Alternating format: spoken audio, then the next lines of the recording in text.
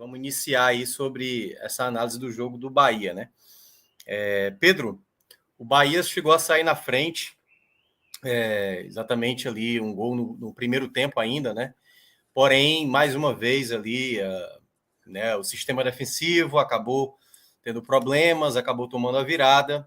Essa estreia da Série A fora de casa, né, essa derrota para o Bragantino aí, já gera, obviamente, uma preocupação. Obviamente, o torcedor do Bahia estava, pelo menos, um empate fora de casa seria de bom tamanho, mas essa derrota aí acaba tirando um pouco, né, até por conta do contexto da partida do Bahia ter saído na frente. Então, eu queria que você falasse um pouco do que você enxergou no jogo, quais foram os pontos que você destacou desse time do Paiva inicial para essa estreia da Série A fora de casa e de como foi o andamento da partida para o Bahia acabar deixando escapar, né, o resultado que poderia até mesmo ter saído com um ponto, mas acabou saindo derrotado no jogo de hoje. Boa noite.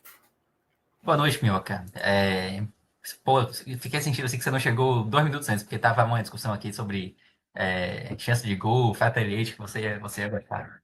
Mas, enfim, falando aí sobre o jogo agora, acho que era uma partida assim, Minhoca, que envolvia muitas incertezas, né, em relação ao Bahia. A gente citou aqui, eu e JP, até, no programa, no pós-jogo ali da Copa do Brasil, vai em Volta Redonda, que o Bahia, nesse novo modelo de jogo e com as novas peças que chegaram, o Bahia dava sinais que havia uma evolução, mas o Bahia ainda não havia sido testado contra elencos mais robustos, né? O nível de adversários que o Bahia vinha enfrentando era um nível muito baixo. Teve até um jogo contra o CRB que foi um nível um pouquinho mais elevado, mas era um jogo que era um grande amistoso praticamente, né? Então não dá para contar esse jogo do CRB como um grande teste. E havia essa incerteza, por mais que uma parte da torcida visse ali tivesse uma sensação de evolução, também havia um medo de que quando a bola rolasse na Série a gente percebesse que aquela evolução, na verdade, era completamente falsa e que o Bahia ainda era tão frágil como há 3, 4 semanas atrás, quando tomou 6 do Sport, quando tomou 3 do Fortaleza. E, obviamente, se a Série A que eu tivesse começado naquele momento, era certo que o Bahia seria um saco de pancadas, né? Então, esse jogo era, tipo, existia assim esse plano de fundo, né? Você, enfim, ia ver, ia ter a certeza ali do que poderia ser o Bahia na Série A. Claro que por uma rodada só, mas já dá para ter uma ideia do que será o Bahia nessa primeira divisão. Escalação teve para mim uma mudança, não diria questionável, mas não me agradou em cheio. E aí eu lembrei até do programa de semana passada também, JP, quando você abordou bem a questão da falta de um volante mais marcador, né? Abriu E o mais, Bahia, né? o Bahia hoje veio ali com 3 zagueiros novamente, como vem jogando nos últimos jogos, e colocou ali no meio Iago Felipe e Tassiano. Tassiano acabou entrando no lugar de Acevedo. E aí eu lembrei muito de sua fala semana passada, JP, porque em tese o Bahia ficava ainda mais vulnerável, né? A gente até citou, né? O Tassiano também não vai ser esse jogador que vai dar uma segurança ali em termos de marcação. Mas eu acho que quando a bola rolou, o Bahia até apresentou uma consistência assim, defensiva interessante. O Bahia não foi um time assim que deu tantos espaços para o Bragantino, embora o Bragantino tenha criado algumas chances importantes. Tenho que citar aqui, por exemplo, uma chance criada após uma falha absurda assim, de Gabriel Xavier. Aliás, como o Bahia errou assim, individualmente nessa partida, esses erros foram decisivos, né? Teve um chute também de Nacho, que Marcos Felipe fez uma defesaça. Aliás, no próprio lance também que Gabriel Xavier falhou, ele também foi muito importante. Então, por mais que fosse possível ver uma consistência defensiva, o Bahia ainda deu algumas chances para o Bragantino. Não dá para dizer que foi um primeiro tempo primoroso em termos defensivos, não dá para dizer isso. Mas, pela escalação, eu acho até que me surpreendeu o fato do Bahia ter conseguido ser mais consistente até do que no jogo contra o Volta Redonda, onde o Bahia, em alguns momentos, deu muito espaço para o Volta Redonda. Então, eu acho que teve esse ponto positivo. Por outro lado, né, o Bahia teve muita dificuldade de criação no primeiro tempo. Cauli e Ademir, os dois muito abertos. Cauli muito apagado no jogo de hoje. Ademir até contribuiu um pouco mais, mas o Bahia praticamente não criou no primeiro tempo. E talvez a única chance de gol que o Bahia efetivamente teve foi justamente na bola parada, no lance que saiu o gol. Aliás, Mix teve uma chance com o Chaves antes, né? Que depois até foi marcado impedimento. Mas foi um momento assim de perigo no primeiro tempo. Só que como não valeu, acabei que a única chance efetiva que o Bahia teve realmente foi no lance do gol, já aos 45 minutos do primeiro tempo, finalzinho do primeiro tempo já. Everaldo, que praticamente não havia tocado na bola ainda, acabou fazendo um gol importante. E foi uma jogada ensaiada ali, uma cobrança de falta, né? Cruzamento de Cauli, Tassiano ajeitou para Everaldo. E me chamou muita atenção, assim, o fato de o posicionamento assim, de Everaldo, sabe? Porque a gente sabe que ele é um cara que sabe fazer gol, mas ele vinha demonstrando uma certa dificuldade, vinha fazendo muitos gols de pênalti. Nas últimas partidas foi muito importante, participou de diversos gols do Bahia, tanto dando assistência como também finalizando. E esse mostrou bem assim a movimentação dele na área ali, ele consegue se desvencilhar bem da marcação e finaliza muito bem também. Então, tipo, é um gol que dá para dar muito crédito, assim, tanto para Tassiano, tanto para Cauli também, que fez o cruzamento, né, como para Tassiano também, pela assistência e a finalização de Everaldo. E aí o Bahia terminava o primeiro tempo com aquilo que eu falei para Cássio, né?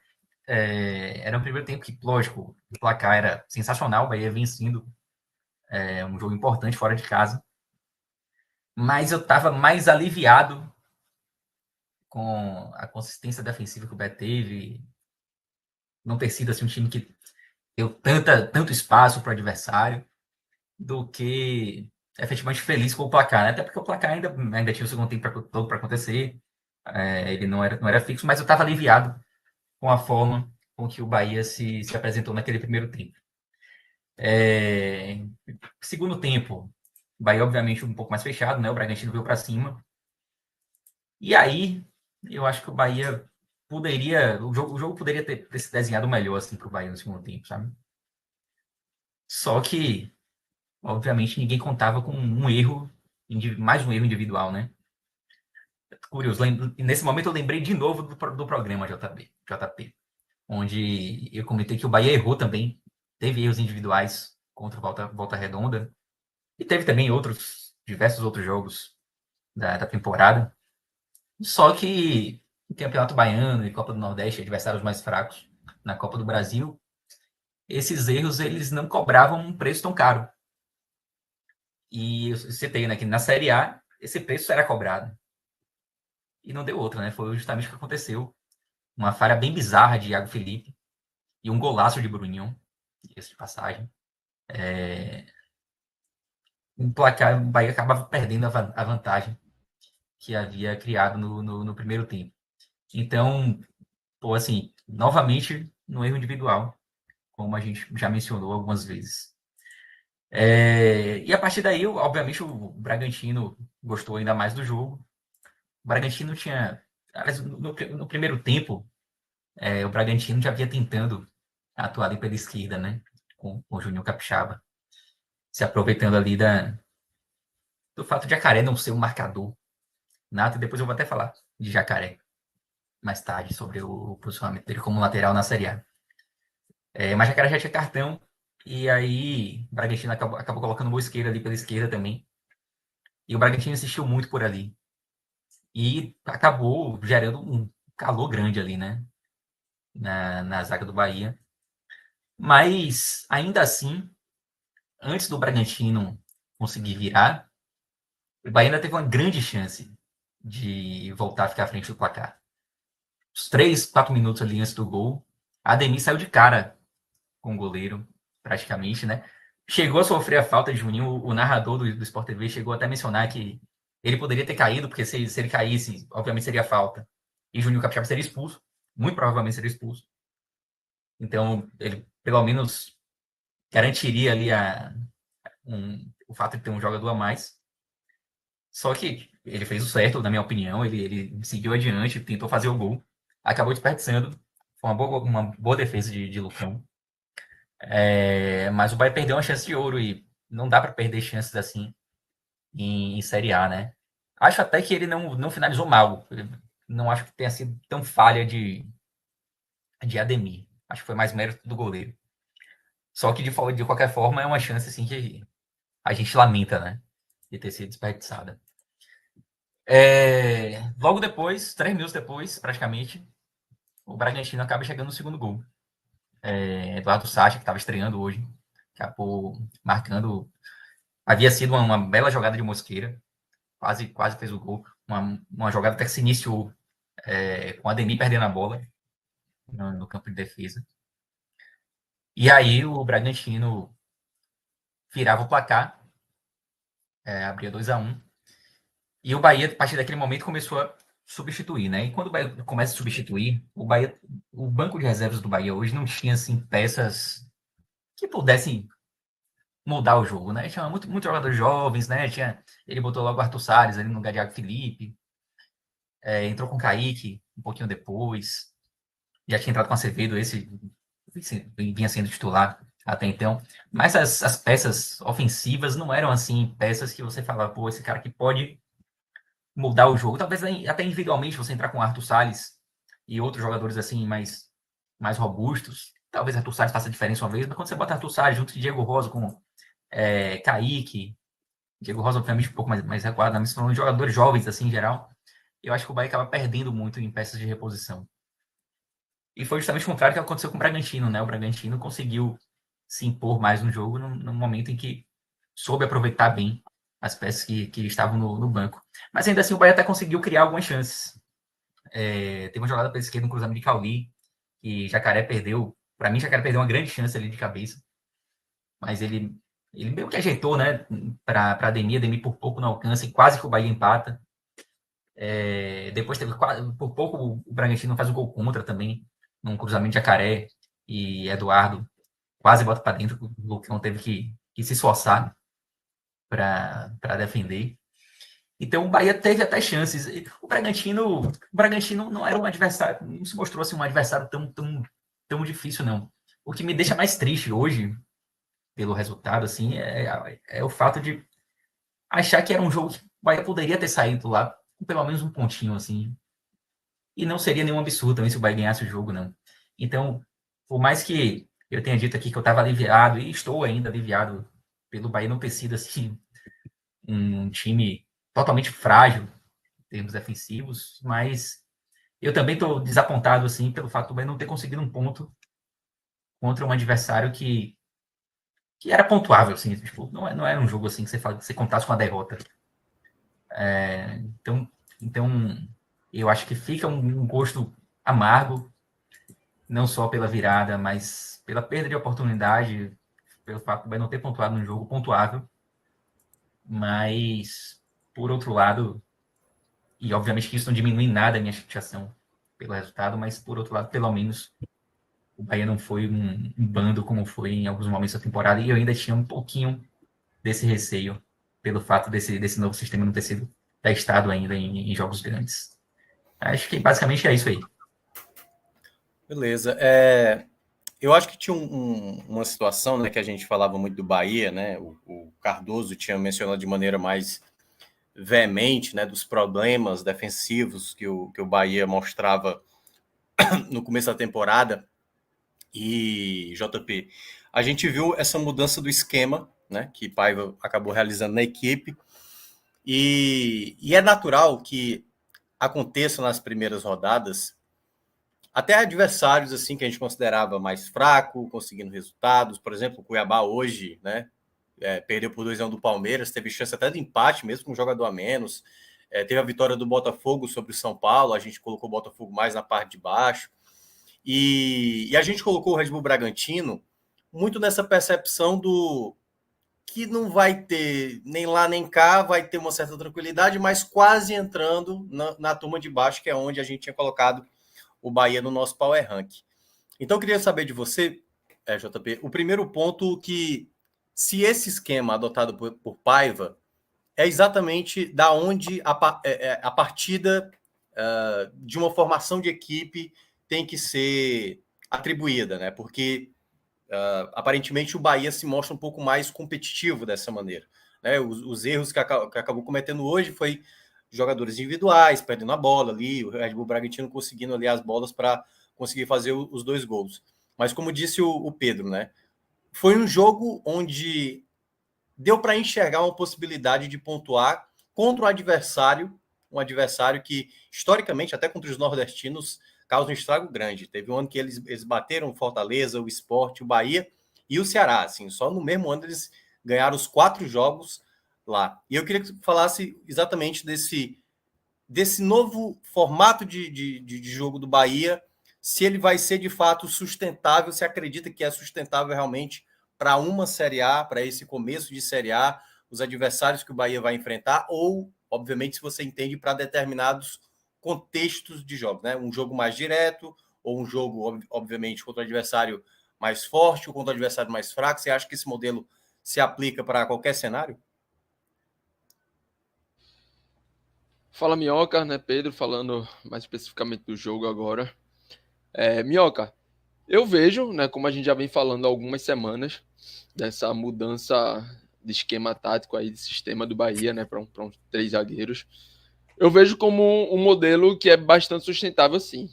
A gente tem falado de um Bahia que sofreu muito e tem sofrido. Né? O jogo de hoje não foi por falhas coletivas, foram falhas mais individuais, mas sofreu. O resultado veio por esse sofrimento defensivo em 2 falhas individuais. Mas eu vejo sim essa mudança, né, esse novo esquema, já não tão novo assim, como algo sustentável para o Bahia, né, ao longo do campeonato. Mas aí a gente vai voltar sempre para aquele ponto mais inicial sobre as peças, né, sobre quem vai executar isso, a forma como esse esquema vai ser executado. A gente tem visto atualmente um trio de zagueiros, mas, por exemplo, pela esquerda, quem tem atuado é Rezende. Ele tem atuado como zagueiro, mas todo mundo sabe, todo mundo acompanha Rezende há temporadas, onde Rezende é um volante.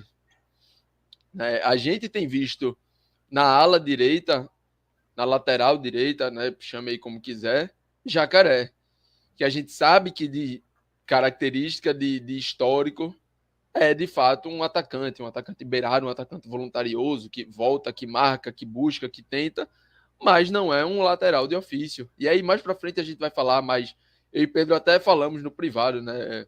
Pedro tem coisas a falar de Jacaré, eu tenho coisas talvez um pouco discordantes, né, pela visão do jogo de hoje, mas que tá quebrando o galho ali, vai bem no jogo, vai um pouquinho não tão bem no outro, vai mal, mas é o Jacaré de sempre, dentro das características dele. Que vai acertar, vai fazer um jogo interessante, vai brigar, vai batalhar, mas vai errar. Mas vai dar espaço.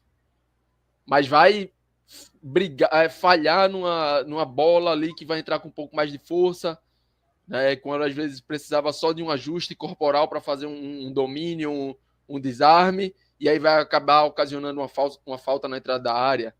Né? A gente viu isso no jogo contra do meio de semana da Copa do Brasil, onde o Bahia sofreu muito.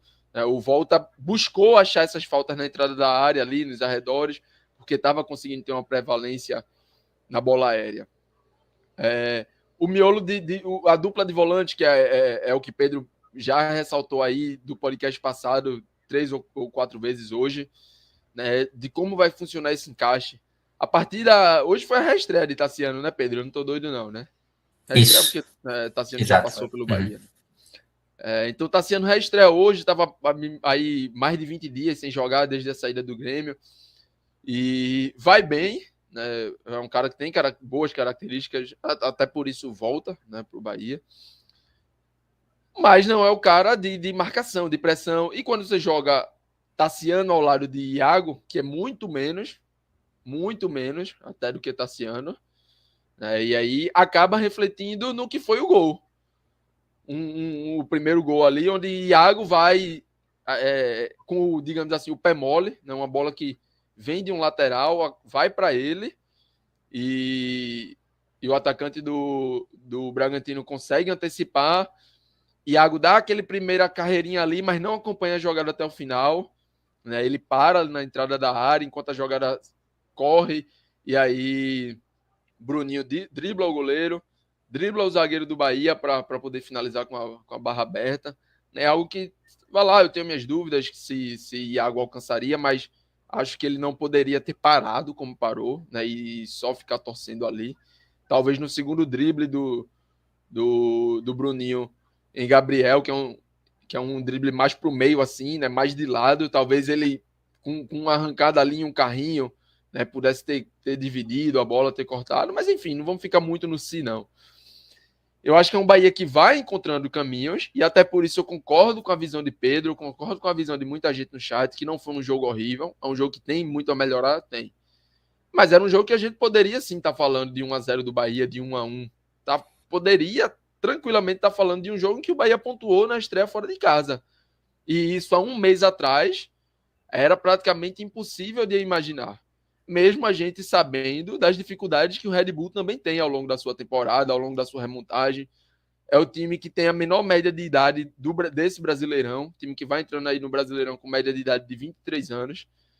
Lógico, tem muita gente totalmente experiente, né? Mas é um time de média de idade de aspirantes, né? Então, assim, é um time possível de você fazer um jogo interessante, de brigar e conquistar ponto fora de casa. Teve um zagueiro que saiu machucado, né? Ainda na primeira etapa, o Leandro Realpe, né? Que vem sendo peça importante aí, né? Tem ganhado mais tempo como titular. E ele sai machucado, e aí você, poxa, pensa que pode abrir uma porta, e o Bahia consegue fazer 1-0, e aí acaba que não consegue segurar. E aí eu acho que hoje esse Bahia passa por peças. A gente vê um Vitor Hugo que vai já tá pronto para estrear, que vai ser peça importante. Talvez a forma tão fácil ali que Gabriel Xavier foi cortado no segundo gol. O próprio Gabriel Xavier, Pedro me corrija se eu estiver errado, é ele quem corta a bola ali do segundo gol, que acaba indo pouquíssimo para frente no pé do jogador do Red Bull. Não foi aquele corte como precisava ser, mais longo, mais para fora da área, mais para longe. Com o Vitor Hugo, talvez isso não tivesse acontecendo. Precisa achar alguém que possa jogar ali mais pelo lado esquerdo. E aí não sei se vai ser David Duarte, que estava no banco. Não sei se vai ser Marcos Vitor mais para frente quando voltar. David Duarte, né? Exato. Deixa Exato. David Duarte lá. Eu também acho que não vai ser, mas hoje é a opção que está ali no banco, né? Se precisar de alguém, é a opção mais clara, mais direta ali. Então, a gente não vai deixar de contar, digamos assim, né? Por mais que no mundo ideal que a gente viu desse início de ano de David Duarte seja um jogador para talvez trazer alguém mesmo e talvez nem contar mais. Mas, enfim, tá no banco, tá para jogo, em algum momento vai jogar. O spoiler aqui, né? Em algum momento vai precisar entrar. E aí você ganha o Rezende ali no meio, um cara mais de pegada. Poxa, lógico que pode errar. Rezende, a gente pode falar daqui a 3 rodadas, Bahia fora de novo, em casa, um jogo apertado, e Rezende errar uma bola ali na cabeça de área e entregar um jogo. Tá, pode acontecer. Mas não é o costume. Não é o costume. Talvez Iago, Tassiano, Acevedo tenha essa maior probabilidade de não acompanhar um meia ali na entrada da área, né, de deixar um espaço maior, de entrar ali com o pé mais mole, digamos assim, numa dividida, e a bola sobrar e um atacante fazer um gol aí que venha a tirar pontos do Bahia, do que Rezende. Ou, por exemplo, um Gregory, que foi um nome citado aí que ocuparia essa vaga. Né? Então, assim, o Bahia vai encontrando o caminho, vai se estruturando, mas precisa desses ajustes. Principalmente aqui onde eu citei, e hoje a gente traz um jogo com Ademir, né, vindo como titular, após Biel estava doente, né, Pedro? Acho que por isso, quando eu vi a escalação, eu levei logo um susto. Eu disse, pô, cadê Biel? A gente falou bastante. Sempre que o Bahia vai bem, sempre que o Bahia joga bem, merece vencer, Biel tem participação. 12 participações em gol no ano, né? E aí vi a escalação, olhei no banco, já achei estranho, disse, pô, Biel no banco. Aí olhei o banco, Biel não tava, dei aquela busca, e aí a primeira notícia que vi foi Ulisses, né, Ulisses Gama, falando que o Bahia tinha viajado sem Biel, né, por conta de uma gripe aí. E aí você já pensa, pô, vai ter maiores dificuldades. E aí quando o time vai a campo, a gente já começa a perceber que com a entrada de Ademir, o time passou até numa variação maior de esquema, uma variação um pouco mais pesada. Eu citei no telecast da última quarta-feira que o Bahia joga no 3-5-2, mas que em vários momentos tem uma alteração para um 3-4-3, onde Biel, e aí no meio de semana a gente teve Biel e Daniel, jogavam praticamente como 2 meias por trás de Everaldo.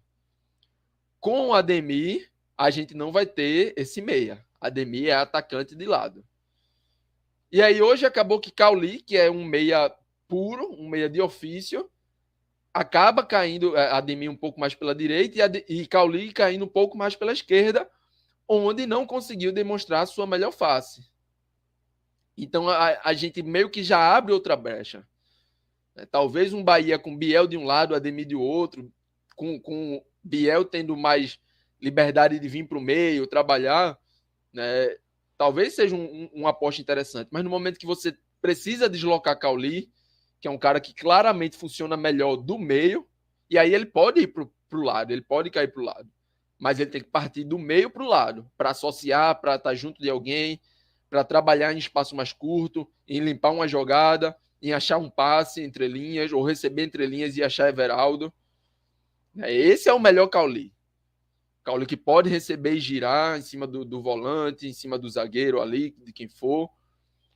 O Cauli que cai pelo lado e recebe essa bola pelo lado já não é a sua melhor versão. Já não mostra o seu melhor futebol. Já não recebe a bola na região onde vai ser mais influente. E aí acaba que a gente tem o Bahia que, em uma parte interessante ali, foi superior ao Red Bull, mas não teve a sua melhor face. Não teve a sua melhor face. Na primeira etapa, as chegadas principais, eu acho que, fora o gol, a gente não teve nenhuma chance clara para nenhum dos lados. Acho que a gente não teve nenhuma chance clara para nenhum dos lados. Mas as melhores chegadas, as melhores finalizações, fora o gol, foram do Red Bull. Foram do Red Bull. Mas a gente elogia o Bahia. O Bahia não só do Bahia não ter proporcionado chances claras, né, não ter permitido não ter permitido o Red Bull ter aquela chance clara, absoluta, já é um avanço. Já é um crescimento, porque no meio de semana permitiu com que o Volta Redonda tivesse. Permitiu com que o Volta Redonda tivesse. Então a gente já fala de um Bahia que melhora, evolui, passo a passo, grão em grão, ali as finais do estadual, né, mas contra um adversário muito abaixo. O meio de semana na Copa do Brasil contra o Volta Redonda, que é um adversário um pouco mais qualificado do que no estadual, mas um Volta Redonda já mexido, que perdeu suas principais peças. Mas ok, o Bahia não fez a sua melhor partida, mas venceu. Eu lembro claramente de ter falado isso. É importante não jogar bem e vencer. E aí hoje, onde o Bahia acaba tendo uma partida interessante, não consegue vencer. E para mim, Pedro, a leitura que eu ia fazer foi a leitura que você caminha e vai fechando o seu comentário. Finalmente chegou a Série A. E não tem batismo melhor para a Série A do que esse. Melhor não. O melhor batismo para a Série A é ganhar, na verdade. Mas assim, não tem batismo mais Série A, me corrigindo aqui, não tem nada mais a cara da Série A do que esse jogo de hoje. Você fazer uma partida interessante, você ser o melhor do que o seu adversário em alguns momentos e nas únicas 2 falhas individuais, levar 2 gols e acabar saindo derrotado. Então isso é a Série A. Contra o Volta Redonda, o Bahia falhou, permitiu espaço individualmente e coletivamente e não sofreu, né? Não saiu derrotado, não saiu perdendo, não saiu empatando, ganhou mesmo falhando. E a gente avisava, a Série A não permite isso. A Série A não permite isso. Na Série A, se você falhar 2 vezes, possivelmente um gol você vai levar. E o Bahia hoje levou os 2. E foram os 2 gols da virada. E aí fica esse sentimento amargo. Né? Então, isso é a Série A. O Bahia foi batizado, foi o bem-vindo de volta. É isso aqui. A atenção tem que ser 90, agora 100 minutos, com os acréscimos mais longos. A atenção tem que durar 100 minutos. Porque uma dividida com o pé mole, uma cortada da área que você mantém a bola ali na entrada da área, pode ser fatal. Uma jogada que você não acompanha o atacante adversário, pode ser fatal. E o Red Bull teve isso. Onde o Bahia errou, o Red Bull foi lá e foi fatal. A primeira com o Bruninho, a segunda com o Sacha, acreditando na jogada até o final, e a bola raspa ali na trave e sobra para ele empurrar para o gol. Então isso é a Série A. Foi o bem-vindo de volta. Um bem-vindo de volta amargo. Mas um bem-vindo de volta para a Série A. Para o Bahia, que a Série A deu hoje. Pedro, um dos assuntos que a gente tratou lá no Raiz, né, tinha a ver com Paiva, né? Eu até cheguei a mencionar que se tem um elo pressionado, não diria um elo fraco, porque tudo vai depender da diretoria. Se mesmo alguns resultados não aparecendo de início, vai continuar acreditando no trabalho de Paiva. Eu queria saber sobre o andamento do jogo, né? Quando o time estava com 1-0, o Red Bull Bragantino troca ali, aí ele coloca primeiramente Acevedo, aí depois sai o segundo gol, deixou para trocar nos mais próximos ali, faltando uns 10 minutos para acabar a partida. Você acha que as trocas de Paiva não causou efeito esperado? Ou você acha que as peças que tinha... Ele tinha Mugni, ele tinha... Daniel. Exatamente. Então, ele tinha algumas peças ali que ele poderia, quem sabe, equilibrar mais o time, tentar recuperar mais a bola, ou até mesmo nos minutos finais, colocar um jogador de característica com mais dinâmica. Eu queria que você falasse um pouco das escolhas de Paiva hoje, nas trocas ali que ele acabou fazendo, se você acha que faltou um pouco mais de Paiva enxergar algo que você observou. Eu acho que ele teve falhas no jogo de hoje, em termos de substituição.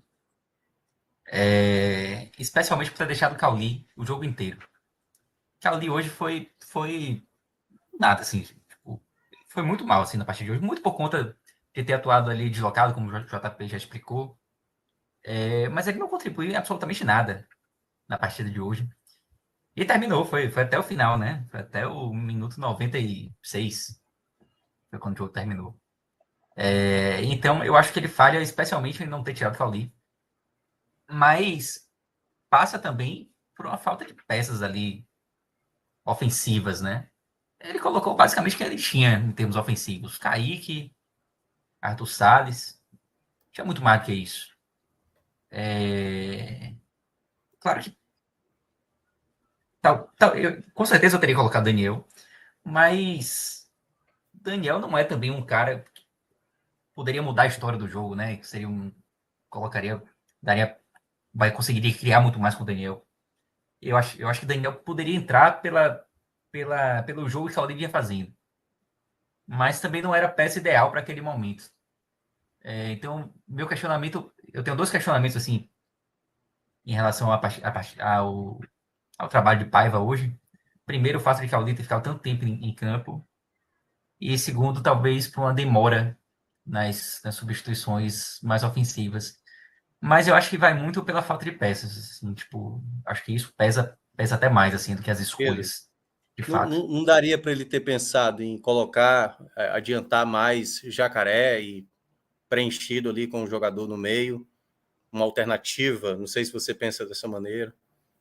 Mas aí ele teria que compor a lateral direita ali com Cicinho, né? Talvez puxar. Tem só esse pequeno detalhe. Ele poderia ter puxado Tassiano, mas Tassiano também já estava mais cansado. Já tinha. Isso. Foi um jogador que correu muito na partida. E se a opção fosse Cicinho, era melhor deixar Jacaré lá mesmo. Além de ser curioso, né? Porque você vê, né? Que é um jogo em que Jacaré hoje ele atuou em muitos momentos do jogo lá atrás, né? Ele precisou ficar lá atrás muito tempo. E ainda assim, mesmo num jogo como esse, Cicinho não foi opção. Tipo, Cicinho é um jogador assim que eu acho que não dá para contar. Ele estava no banco hoje. Mas eu não vejo Cicinho sendo útil uma Série A. Melhor Daniel, melhor Jacaré mesmo. Melhor ficar com o Jacaré de ala. E aí a gente já pode entrar já naquele debate, né, JP? Eu acho que Jacaré hoje, claro que ele não tem característica nenhuma de ser um jogador defensivo. E obviamente ele falha, ele deixa espaços. Não tenho nenhuma dúvida disso. Mas eu acho que ele, no jogo de hoje, por exemplo, ele comprometeu menos do que Chaves, que é um lateral de ofício. Porque ele transpira, né? Ele corre muito, tipo, ele não tem jogada perdida, ele tá sempre lá.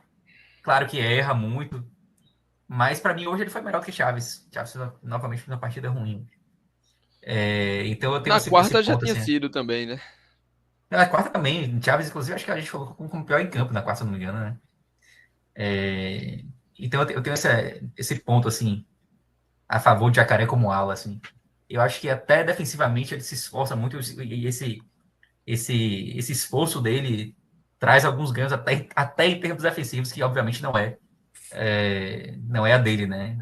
Claro, não é perfeito. Eu não acho que Jacaré tem que ser para sempre nessa Série A. O lateral direito do Bahia, eu acho que precisava de alguém nessa posição, mas hoje, dentro do elenco que o Bahia tem, eu não tenho nenhuma dúvida assim, que ele é a melhor opção. Eu nessa questão do Jacaré ser opção ou não, eu não posso discordar de mim do que eu disse quarta-feira, né? Em 3 dias eu não posso mudar de opinião. Ao longo do ano, talvez Cicinho venha lá, entre, tenha uma chance, arrebente, e aí, pô, não, volta Cicinho. Mas hoje, Jacaré de fato é essa melhor opção. Queria ver um pouco mais de André. Queria. Confesso que acho que esse encaixe pode acontecer. Inclusive, eu falei Cicinho, mas quem eu acho que pode encaixar dentro do que o Bahia tem hoje é André. Mas não gostei de fato da partida de Chaves, mas também hoje não gostei de Jacaré. Não gostei. E aí vou falar sempre. É importante ter um cara, ter jogadores como Jacaré, voluntariosos, né, que vão entregar, que você sabe o que Jacaré vai te dar. É importante ter jogador assim. Porque Chaves, da mesma forma que a gente vai colocar Chaves aqui entre os piores, colocou quarta, possivelmente vai colocar hoje mais para frente. A gente também, se Chaves ali no início do jogo sai um pouquinho antes, aquela chance que foi impedimento, ele faz o gol. Você pode ter outros Chaves completamente diferente na partida. A gente tá falando de um 2-1, 2-0 do Bahia e Chaves talvez seja o melhor. Como já foi, né? Em alguns momentos. Como já foi. Chaves é muito esse 8-80. Jacaré não. Jacaré vai ser sempre ali na média. Jacaré vai estar sempre ali na média. Mas hoje eu acho que ele. Eu acho que o Red Bull se sentiu confortável naquele lado dele. Eu acho que o que resume é isso.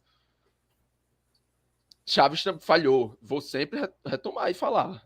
Chaves não foi bem.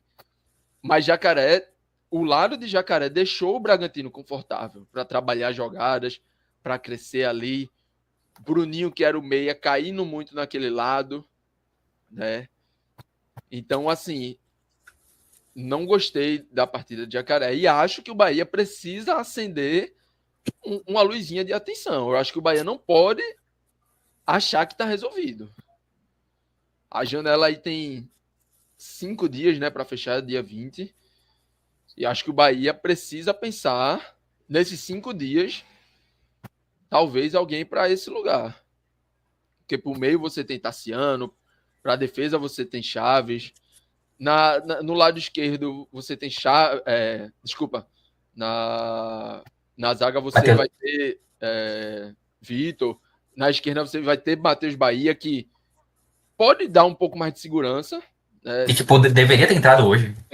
Ofensivamente não vai entregar o que Chaves pode, mas que não está entregando, mas pode entregar. Mas defensivamente também não vai ser o espaço que Chaves está sendo. Então você vê possibilidades ali naquele lado esquerdo. No lado direito, no momento em que André não está sendo nem relacionado para um Cicinho que a gente entende que não tem condição, o Bahia pode entender que tem. E aí é o que eu acho que é o entendimento. Se ele está na frente de André, É porque eu acho que o Bahia conta com ele. Eu não concordo, eu não vejo dessa forma. Eu acho que André já hoje pode entregar mais e potencial nem se fala. Mas o André foi um cara Bahia, que... isso. foi É mal, achei seleção de que você chegou base, né? por aí. Não, pode falar. E fez boas partidas na Série Isso, B ano passado. isso, exatamente, exatamente, Dos 3 que atuaram, ele foi o melhor, sem dúvida. exatamente. Mas eu também não Aliás, acho que é Pedro, um cara pronto para a Série A, não, tá? Não, também não, também E não. talvez por isso seja Mas melhor preservar, pensando que é um cara eu novo da entendo o base. pensamento, Pedro, eu entendo o pensamento, mas eu acho que assim, o cara tá aí, tá disponível, existe uma confiança, existe um projeto de futuro, o cara tem que jogar, velho. Não, é que entre ele e Cicinho, Entrou, jogou, não deu, assim como Cicinho não deu, assim como Jacaré vai lá, vai cá, vai bem, vai mal, né? Mas não é a dele. Beleza, você tira, traz outro, tenta assistir de novo, tenta Jacaré de novo, joga quem for para ali, mas eu acho que você tem que tentar. Eu acho que não dá para você ter um lugar onde os adversários estão começando a se sentirem confortáveis e você achar que tá tudo bem com isso. É o que Fred sempre fala ali da porta aberta, né? E vai chegar, tá chegando o momento em que o Bahia tá oferecendo duas portas abertas dos dois lados. Então isso torna perigoso. Porque no momento em que na Série A você faz 1-0, tá com o jogo ali tentando segurar o placar, os adversários vão ter por onde construir, por onde chegar. Os adversários vão ter um caminho muito lógico. E isso é muito perigoso para uma Série A, pode ser fatal. e aí, já passando para você, Pedro, né? Falar sobre. A gente já deu umas pinceladas aqui, né? Quem foi bem, quem foi mal, né? Falamos de Cauli, falamos de Jacaré, enfim, mencionamos Everaldo, Tassiano. Então, eu queria que você já elencasse aí seus jogadores que acabaram contribuindo, né? Conseguiram ir bem na partida, e aqueles que mais prejudicaram ou acabaram atrapalhando, não ajudando o Bahia hoje nesse resultado negativo. começando pelos melhores, eu acho que Tassiano hoje fez uma estreia, uma reestreia, na verdade, né? Que disse assim, pô, eu vou ser titular. Tipo, minha vaga nesse time titular aqui tá garantida. Não acho que tenha sido uma partida impecável dele. Teve alguns erros, mas eu acho que ele foi um cara extremamente importante, velho. Aquele cara circulava a bola ali e ajudou demais, assim. Inclusive no lance do gol. No lance do gol ele é fundamental também. Mas eu acho que, taticamente, ele foi uma peça muito importante hoje e cumpriu muito bem. Gostei muito da estreia do Tassiano e, para mim, ele foi o melhor do jogo hoje, já antecipando aqui. Na defesa, eu gostei muito da partida de Canu hoje. Foi um cara que não falhou, diferente dos seus companheiros ali. Eu achei que ele foi muito bem, assim, ali na retaguarda. Foi o melhor dos zagueiros. E eu acho que Marcos Felipe hoje não falhou em nenhum gol.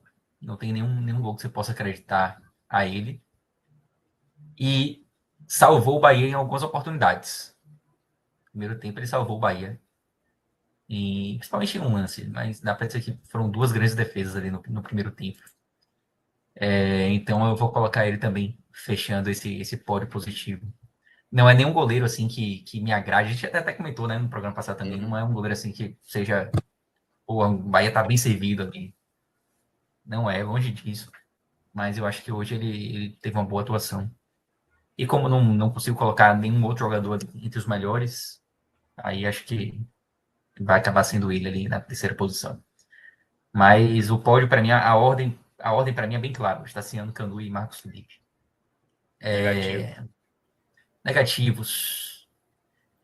Aí eu já tenho uma dúvida de quem eu boto como pior. Porque os três, para mim, fizeram partidas bem ruins. Chaves, mais uma vez, foi ruim. Mas eu vou liberar ele desse posto de pior em campo hoje. Tá no pódio negativo, mas não como pior. Cauli, extremamente apagado. A gente já falou até os motivos, né? O fato de ele ter atuado na posição que não é bem a dele, mas não deixa de ter sido uma partida bem ruim. E Iago Felipe também, eu já achava que ele não fazia uma grande partida, e ele foi extremamente decisivo. para o placar hoje, porque ele falhou no gol que permitiu ao Bragantino empatar o jogo, né? E aí eu fico muito na dúvida de quem eu boto como pior, se Iago Felipe ou Cauli. Só que aí eu peso o fato de Cauli estar jogando meio deslocado e peso também o fato de Iago Felipe ter sido decisivo num lance Os crucial. gols sofridos, né? Então, pois é, então para mim, o pior em campo vai ser Iago Felipe, com Cauli ali na cola. Mas eu fico com Iago hoje. Beleza. JP, Chaves, você. Chaves é o teu terceiro, Pedro? Terceiro. E aí, JP, você muda o pódio, coloca mais alguém, tira alguém desse Eu pódio aí? tenho, eu tenho algumas mudanças aí com relação a Pedro.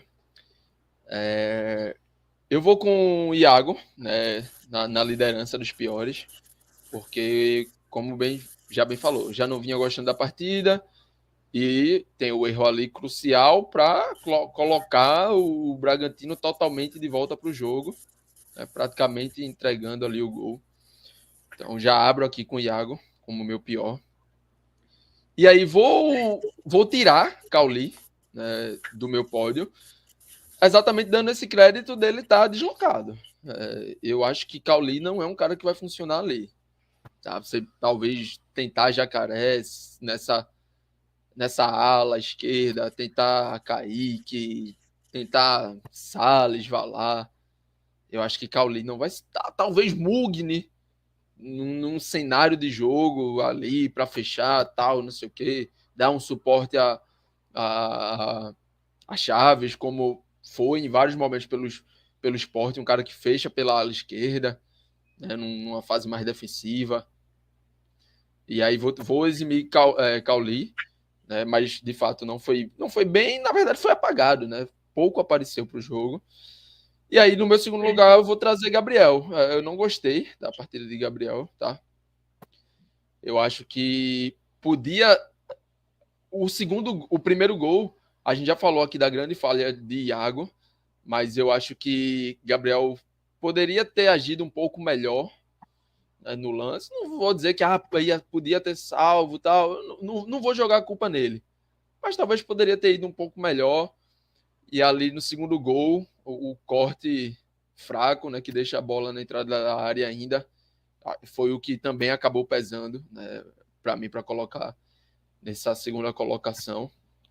E fecho o meu terceiro, aí sim, também com Chaves, igual Pedro, né? Mas o meu quarto, inclusive, seria Jacaré. Muito próximo de Chaves. De fato, não gostei.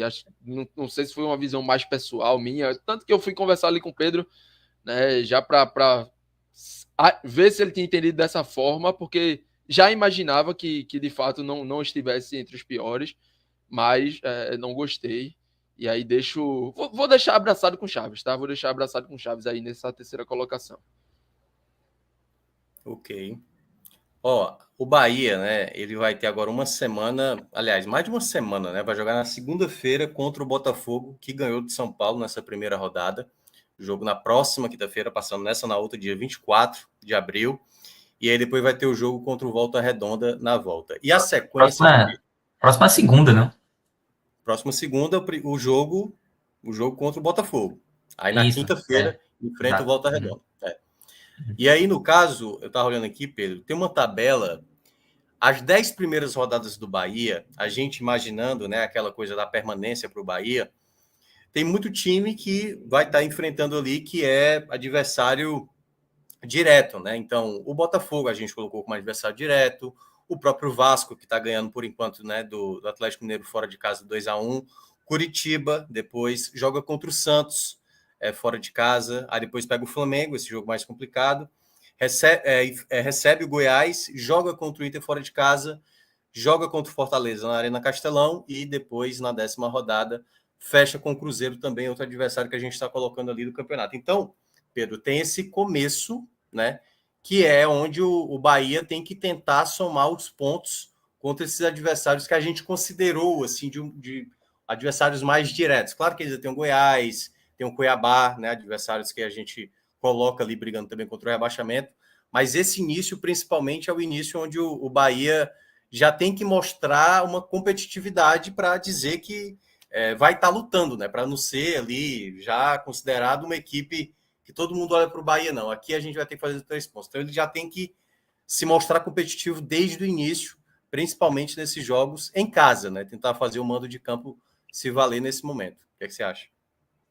Inclusive, acrescentaria o Bragantino também, né? Isso, exatamente, isso. Nessa lista que você citou. E eu acho que isso tem um lado positivo e um negativo.